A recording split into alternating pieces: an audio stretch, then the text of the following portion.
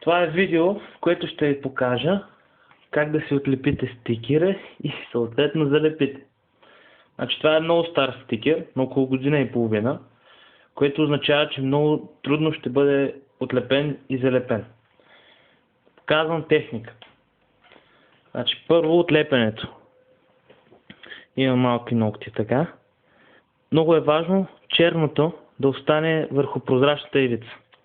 Когато тръгне да се когато остане черното, самия стикер на това бялото транспортно фолио, значи леко натиснете и отлепете пак. Ако не стане, просто подганете транспортното фолио, подганете го силно и бавно ще излезе другата част.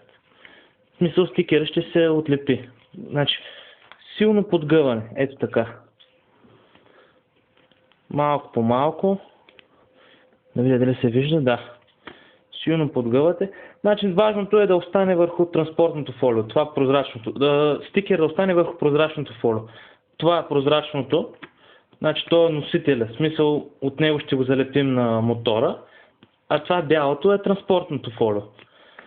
Но важно е да остане върху прозрачното и затова с подгъване. Значи, когато става въпрос за много малки детайлчета и много често те самите остават върху транспортното фолио, затова много внимателно просто подгъвайте. Много са малки детайлите. Ако се подгъне, как да кажа, в смисъл самия стикер някак си просто, в смисъл остава си залепен върху прозрачното.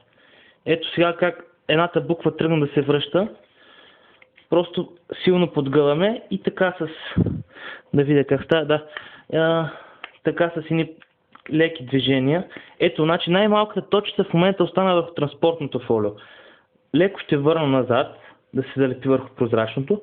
Силно ще подгъна и тя остана върху прозрачното фолио. Значи просто като подгъвате, с едно такова силно подгъване, те си остават върху това. Те се оставят върху прозрачното.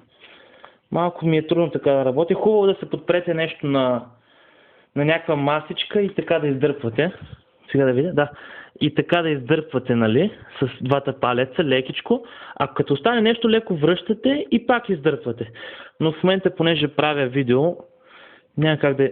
Ето тук сега леко ще го направя. Дано се вижда добре. Ето, издърпвам двете ръце. Ето тук веднага остана част от кормилото. Леко ще върна. Леко връщам. Подгъвам още по-силно. Натискам транспортното фолио надолу. И хоп! И си остава на това. Бавно. Подгъваме силно. Това в смисъл, когато се дърпа целият лист, се просто остава върху транспортното фолио. А когато се подгъва, значи то трябва само крайчеца на самия детайл да се залепи върху прозрачното фолио и щом се залепи самия крайчец, нали, малка част като се залепи, то се остава върху прозрачното фолио. Затова така като подгънем, просто карай малките части. Ето в момента буквичката B, виждате, ако дръпна по-силно, остава върху транспортното фолио. Затова ще върна, връщам малко, притискам и издърпвам леко странично. Хоп, като се залепи малка част, веднага остава. Мисля, че беше достатъчно ясно. Тук сега остава буквичката S. Пак връщам. Подгъваме. Така. Сега вече мисля, че схванахте за какво става въпрос. Ще издърпам малко по-бързо, за да мога да се съкратя времето. Ето, мисля, че ясно се вижда как издърпвам. Значи аз в момента го правя така, за да може да се вижда по-добре, но всеки се решава как да издърпа. Така мисля, че е най-добре като се подпре някъде и бавно се такова. Хоп, една буквичка ми остана, натискам и издърпвам. Значи, ето. Вече целият стикер е върху прозрачното фолио и е готов да бъде залепен на скутера. Сега вземам го. Аз ще преместя камерата.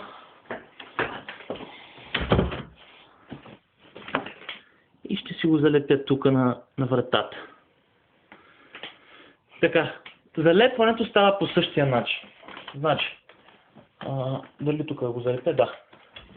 Значи залепяме стикера. Просто го слагате целия. Да видя дали се вижда на камерата, мисля, че се вижда. Просто го слагате целия. И хубаво, без да има въздух, го залепяте. Сега, натискате няколко пъти отгоре, хубаво, където има малки балончета, ако могат да излязат. И стикера си остана на вратата. Сега ще покажа с камерата. По-отблизо. Така, залепене. Сега, другия проблем е същия аналогичен на този с транспортното фолио. Често лепете бялото фолио и стикера остава върху прозрачното фолио. Тогава правите по същия начин. Просто ще подгъвате силно. Ето така ще опитам да покажа. Подгъваме силно и бавно изваждаме. Ето остана буквата А. Значи, връщам малко и с пръст натискам прозрачното фолио да бъде силно огънато. Хоп, буквата А остана. Мисля, натискам силно, то се подгъва. Същия начинът, по който го свалихме от транспортното фолио. Сега ще видим, ето, буквата Р остана върху транспортното фолио. Мисля, че се вижда. Значи връщам и натискам близо до нея. Значи трябва самото и крайче, самия и крайче да хване, съвсем малко трябва да се хване за повърхността и след това се отлепя. Ето тук една част от ауспуха, много финна част остана и я върнах на мястото й. Ето в момента едната буквичка, едната точица на това остана. Сега връщам с силно притискане, пак ще я оставя. Ето готово. Сега ще дръсна малко по-рядко, за да мога нещо още да остане. Но мисля, че ето буквата Си остана върху прозрачното фолио. След това връщам.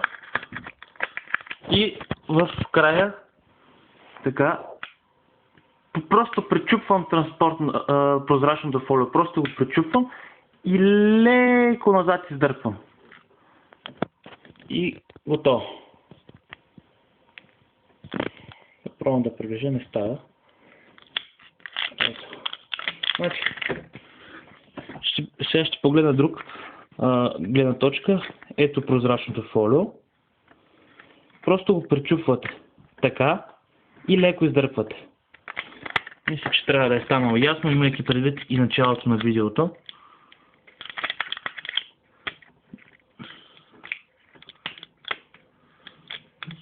Ето буквата S ми се откачи. Просто притискам.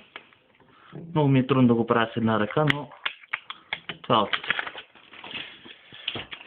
Имаме прозрачно фолио, което е готово и перфектно залепен стикер. Сега отгоре леко просто минавайте с пръст да останат буквичките хубаво залепени. И няма да имате никакви грижи. Това е. Чао от мен!